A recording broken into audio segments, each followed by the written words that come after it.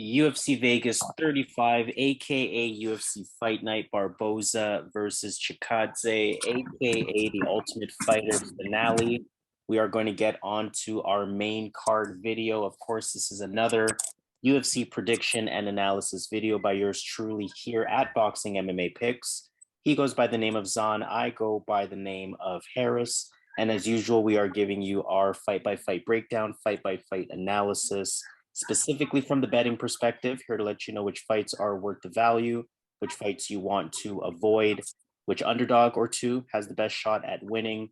And if you stick around to the end of the video, you may get some parlay action as well. Of course, we have come out with our prelim video already. If you have not watched that yet, good opportunity to press pause here.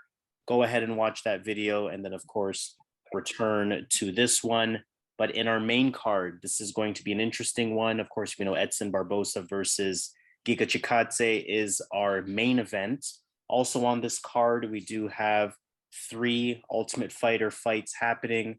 2 of them are final fights. One of them was a third fight that was added from the respective losers of the semifinals. Again, we will get into all of that later on.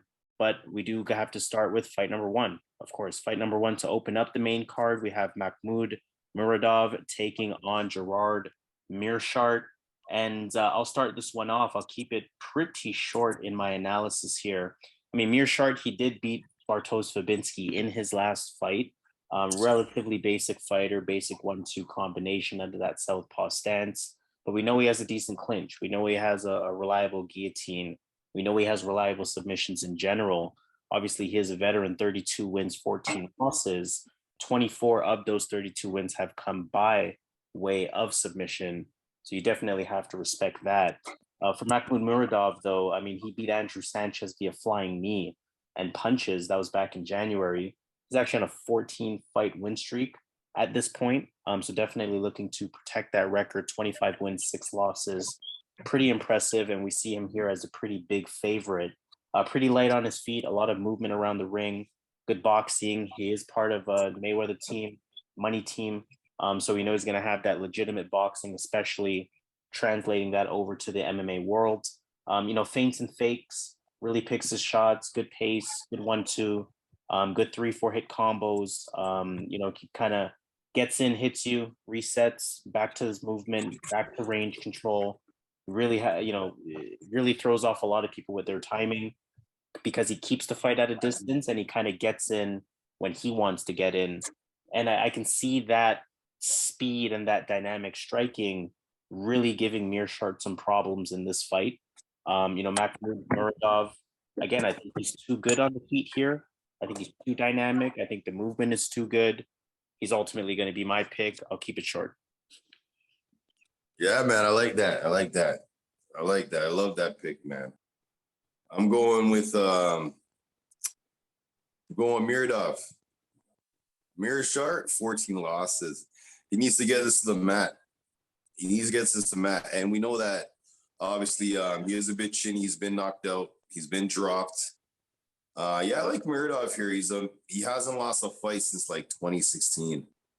And Meerschaert's game is not that complicated. It's a pretty basic style. Good jiu-jitsu. Wants to get it to the ground. His striking is okay, but it's not effective. So I see areas where Makhmud can shine. So I'm gonna go with Muradov as well to get this done. That's my pick. Sounds good. Let's move on to fight number 2. And in fight number 2, we have Andre Petroski taking on Micheal Gilmore. Now, this is the fight where it is an Ultimate Fighter fight, but it's not a final match. Petroski lost in the semifinals to Bryan Battle, who, of course, is in the co-main event. Micheal Gilmore lost in the semis to Gilbert Urbina, who, of course, is on the other side of that co-main event. So we have almost a bronze medal match in some ways with this Ultimate Fighter fight here. For Petroski, I mean, he kind of was that person that they thought was going to win the whole thing. Southpaw, likes the body kick as a southpaw, primarily hands in the stand-up, good aggression, good pace. His strength is in his wrestling. He can wrestle. He can land those takedowns. Decent top control, or very good top control, I'd say. Very comfortable on the ground. That's definitely his strength. Whereas with Micheal Gilmore, pretty patient striker. He'll use that calf kick. Doesn't really go at a high pace though. He prefers a bit more of a methodical, technical type of match on the feet. With Micheal Gilmore, ultimately his biggest the biggest negative thing to his game is that he is susceptible to takedowns. He can be taken down. He can be grappled. And I think that's really as far as I need to analyze it. I like Petroski here. I think Petroski's the bigger fighter. I think he's more of a true middleweight. Whereas Micheal Gilmore, if you look at his previous fights in other promotions prior to getting on UFC Ultimate Fighter, he was more of a welterweight. I think even a 175 catchweight type of fight in the past as well. Petroski, much more of a true middleweight, much bigger, wrestling advantage. Gilmore can be taken down. I think Petroski's going to have his way in this fight. I can see why he's a big favorite. I think he gets the job done. So Andre Petroski is going to be my pick. Yeah, I'll make mine quick, man. Andre Petroski. I'm pretty confident he gets this done here. And he looked a lot better on the show as well. I wasn't really impressed at all with Micheal Gilmore.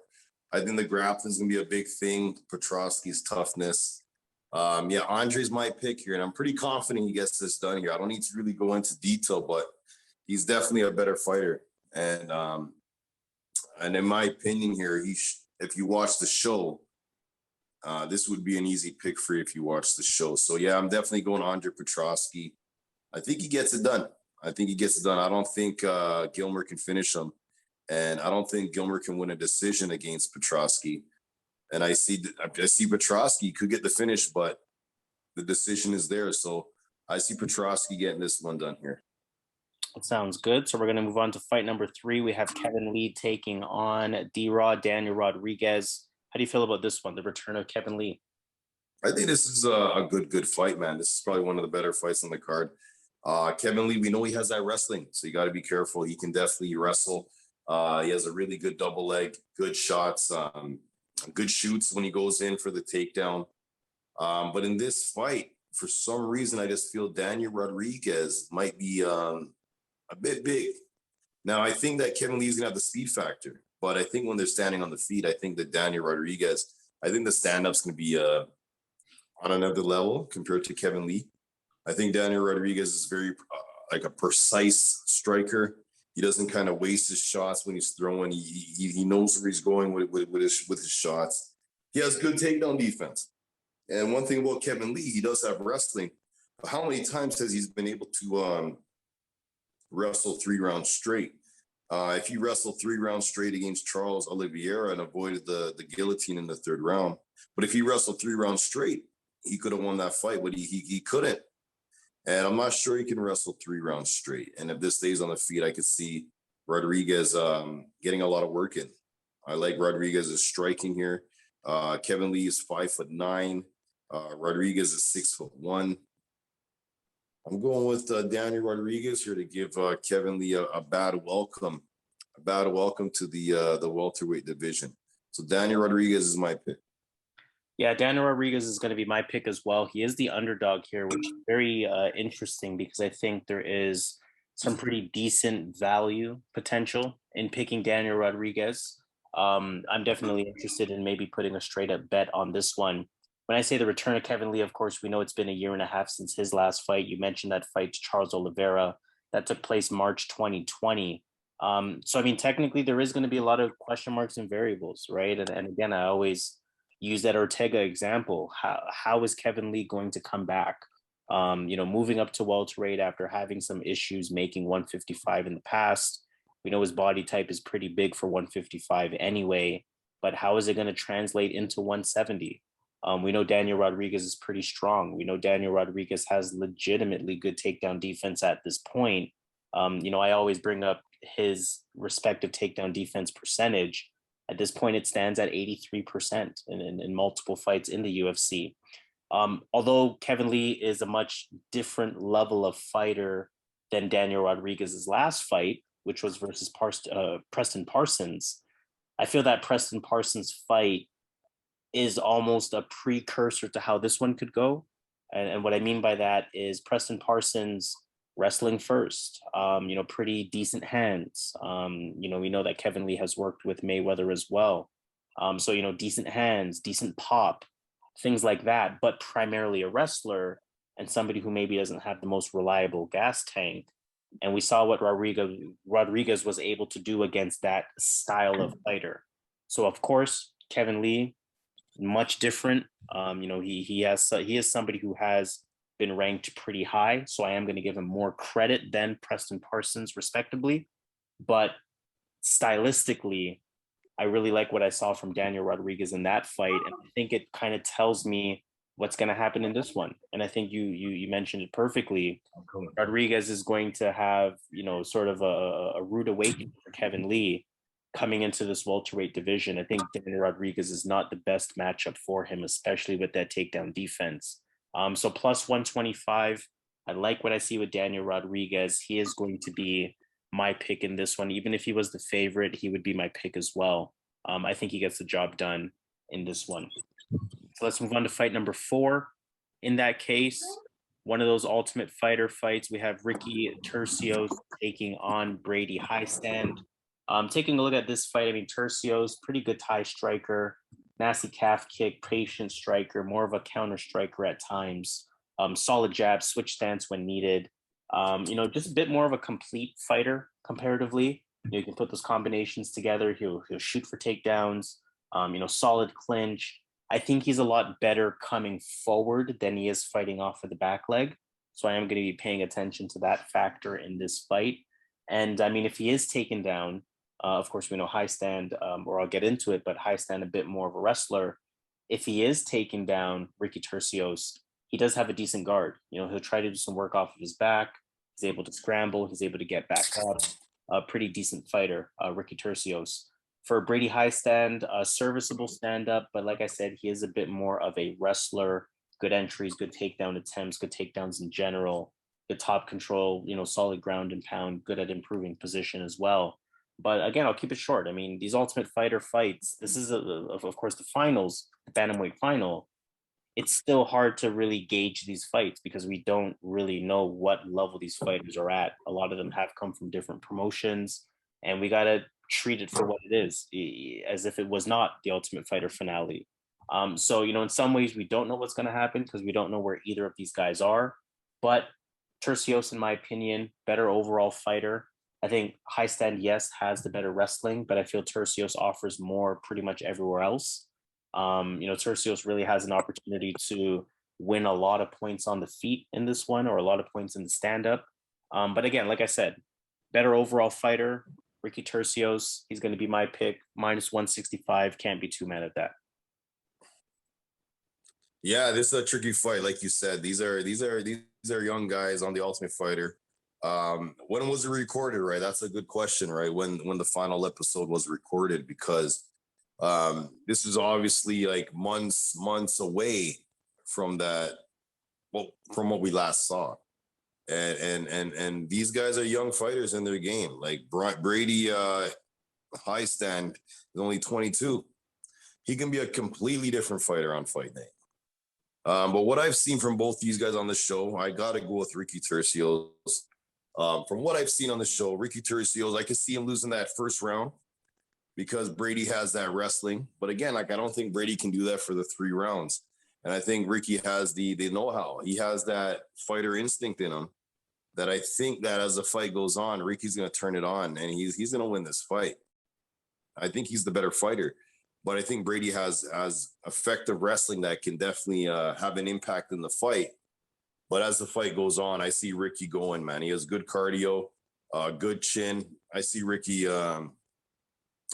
winning in the second, third round, or even decision. So Ricky's my pick. Sounds good. So let's move on then to the co-main event of the evening. Of course, we have our other Ultimate Fighter finale, middleweight division. Bryan Battle taking on Gilbert Urbina. How do you feel about this one? I'm going with my boy, man, Bryan Battle. Gilbert Urbina, I know it's in his family. He has 2 brothers that are MMA fighters. but on the show, he didn't show me that he had that ability to win the fight. I know he had a tough fight versus was it Trayshawn Gore. That guy's a beast. That guy's gonna be a problem. That Trayshawn Gore, he's gonna be an issue. He got injured. He should be in the finale right now, and Gilbert Urbina filled in for him. But in that fight, he was clearly outmatched in the striking, clearly. And he was supposed to have the grappling advantage. And he didn't at one point try to get this fight to the mat. That just tells me that either his grappling isn't that good or his IQ's bad. And I think both of those things are not good things to go into this fight with. What I saw from Bryan Battle is a scrapper. He has good, decent takedown defense. He's athletic. I think he's gonna have the better striking, and I think this fight's gonna be mostly on the feet, just like his fight with Gore. And I don't think Urbina's gonna switch and go for a takedown here for whatever reason. I'm not sure, but I'm gonna have to go with Bryan Battle because if this stays on the feet, I think Bryan Battle is the better striker here, and I think he has enough wits to keep this on the feet. So Bryan Battle's my pick to get this done. Yeah, this is an interesting fight. Obviously, striker versus grappler style of matchup. Of course, Bryan Battle being the striker, Gilbert Urbina being the grappler here. It's hard to say. I mean, hard to say exactly what's going to happen. I talked about size in the last or in the first Ultimate Fighter fight on this main card. Gilbert Urbina, again, prior to being on Ultimate Fighter, was a bit more of a welterweight. Like I said, a bit more of a welterweight. His latest professional fight, non-exhibition, which is technically what these prior Ultimate Fighter fights are.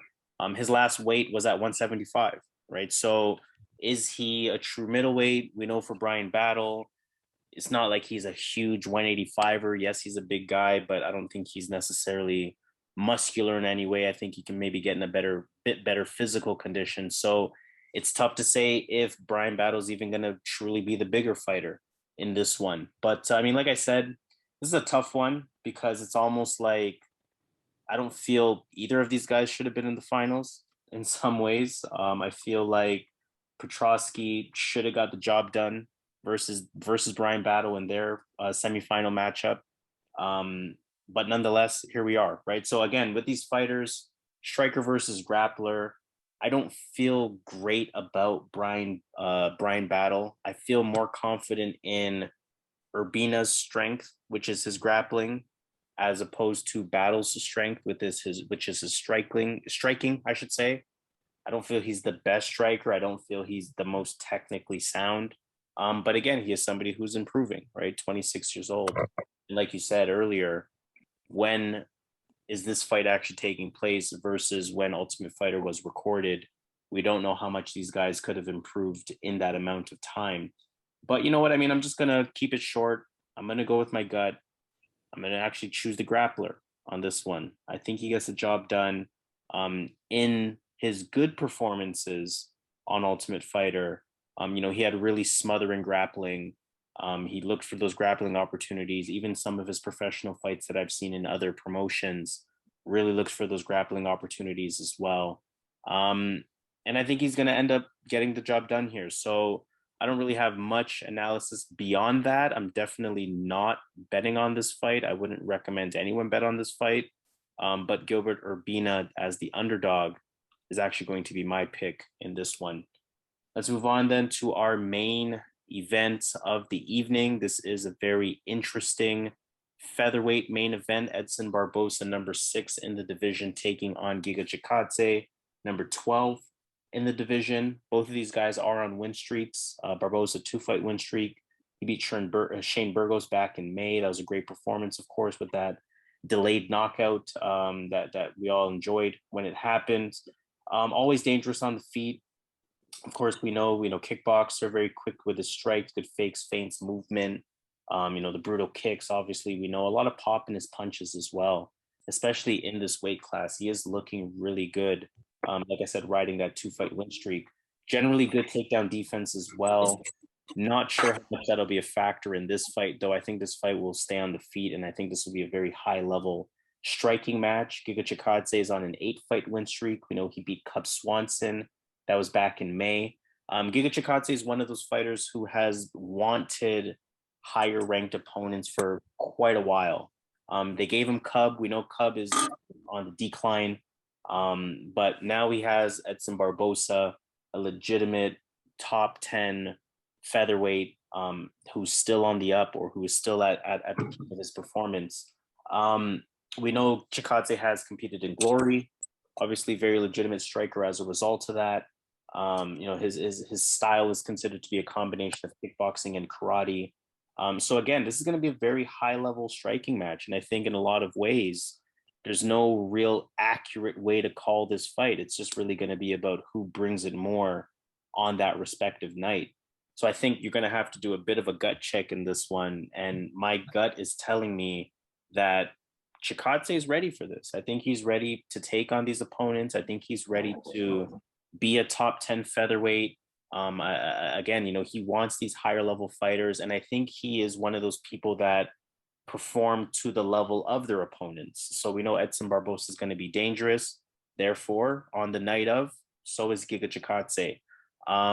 Tough fight. One of those fights where you can maybe make a case for both guys winning. I can't necessarily see a knockout on either side unless it's an accumulation of punches or unless it's a really clean counter. But yeah, I mean, something in my gut is telling me that Giga Chikadze gets the job done here. And I really have no further analysis than to say it's going to be a high level striking match. And I'm going with my gut. So Giga Chikadze is going to be my pick for this main event. And I think he's going to make his way into the top 10 as a featherweight. Yeah, I don't blame you, man. I'm gonna make my pick quick. I'm going Giga Chikadze here. I'm not sure if he's an underdog in this fight. Is he an underdog in this fight? It's basically a pick 'em. Depending on which odds book you're looking at, you have Chikadze as either the slight favorite at minus 115 or as the slight underdog as minus 105. So basically, the thing for me is this is gonna be a fast-paced fight, and Barboza's 35, and in my opinion, Barboza actually has the better boxing. He's gonna have the faster kicks as well. But I just think, like Conor McGregor said, precision beats everything, right? So I just think that Giga's a bit more precise with his strikes and liver shots, leg kicks. I just think that it's his time here. He's 32 years old. It's now or never. Barboza had his time, and I think this, like you said, this can be a high-level striking match. I'm going to go with the kickboxer. I'm going to go with the guy that's done kickboxing matches, that's dealt with many styles. And yeah, it's a tough fight because, again, on paper, I think Barboza should win. He's fought the tougher guys, the better boxing. He might have the better kicks. But again, like you're saying, gut check, right? So I'm gonna go with Giga. I just think that his age, I think it's his time. And I think that this is gonna be a high-level striking match. And he's one of the better strikers, man. So I'm going Giga here to get this done. To slightly outstrike Barboza. Either way, high level main event. Going to be a pretty fun one in the featherweight division. Before we sign off, let's of course take it to Vegas and let's take a look at which underdog picks we are considering for this card. I'll start with my underdog pick. I'm taking a look at potentially Gilbert Urbina. Again, grappler versus striker in that matchup. And I think the more confident underdog pick is definitely going to be Daniel Rodriguez plus 137. If that holds, I mean, I'm definitely interested in putting some money on that one. So Daniel Rodriguez is my main underdog. I think Gilbert Urbina is a potential underdog on top of that. Yeah, I'm rolling with Daniel Rodriguez here. Underdog wise, a lot of value in that pick. So yeah, Daniel is my pick here. Sounds good. And then in terms of favorites or a parlay, who are you considering? All right, for the parlay, I'm going with on the main card. I'm going with Petroski, Muradov. I'm trying to avoid the Ultimate Fighter fights, but I just think that Petroski is clearly the better fighter here. And I'm actually going to roll with on the parlay Daniel Rodriguez. I think that when you really factor in Daniel Rodriguez's body of work, he has a questionable decision loss to Nicholas Dalby, and he has a split decision loss to Victor Reina, a fight that literally could have went either way. So he has a good schedule. He's looking good. Yeah, that's my parlay. I'm gonna put an underdog on that parlay. It sounds good. So in that case, plus 262 total. $100 will return 362 for our bigger betters. 250 will return 907. I definitely can agree with this. If I were to make any slight change, first of all, I definitely am including Muradov and Petroski on this parlay. For a third pick, I might have to go back to the prelims, and I would include Dustin Jacoby on that as well. So a bit more of a conservative 3-fight parlay, at least in terms of payout, plus 134 for this. $100 will return 234, and for our bigger betters, $250 will return 585. Definitely some value on this card, I think, is the name of the game. Some big favorites that are somewhat worth the parlay value, as well as some smaller favorites and or underdogs that can prove to be some value as well. But in either way, this is going to be the end of our video, the end of our prediction. Please subscribe to the channel, participate in the comments, let us know which parlays you are considering, which underdogs you are considering, what are your favorite pick or two of this card, and let us know how you feel about our picks, whether you agree or disagree with them. We definitely welcome any and everything regarding that conversation. But like I said, we are going to sign off. This has been our main card prediction video for UFC Vegas 35, aka UFC Fight Night Barboza versus Chikadze, aka the Ultimate Fighter finale. So on that note, we are going to sign off. He goes by the name of Zan. I go by the name of Harris. We are Boxing MMA Picks. And in our usual fashion, let's get this money. Let's do it.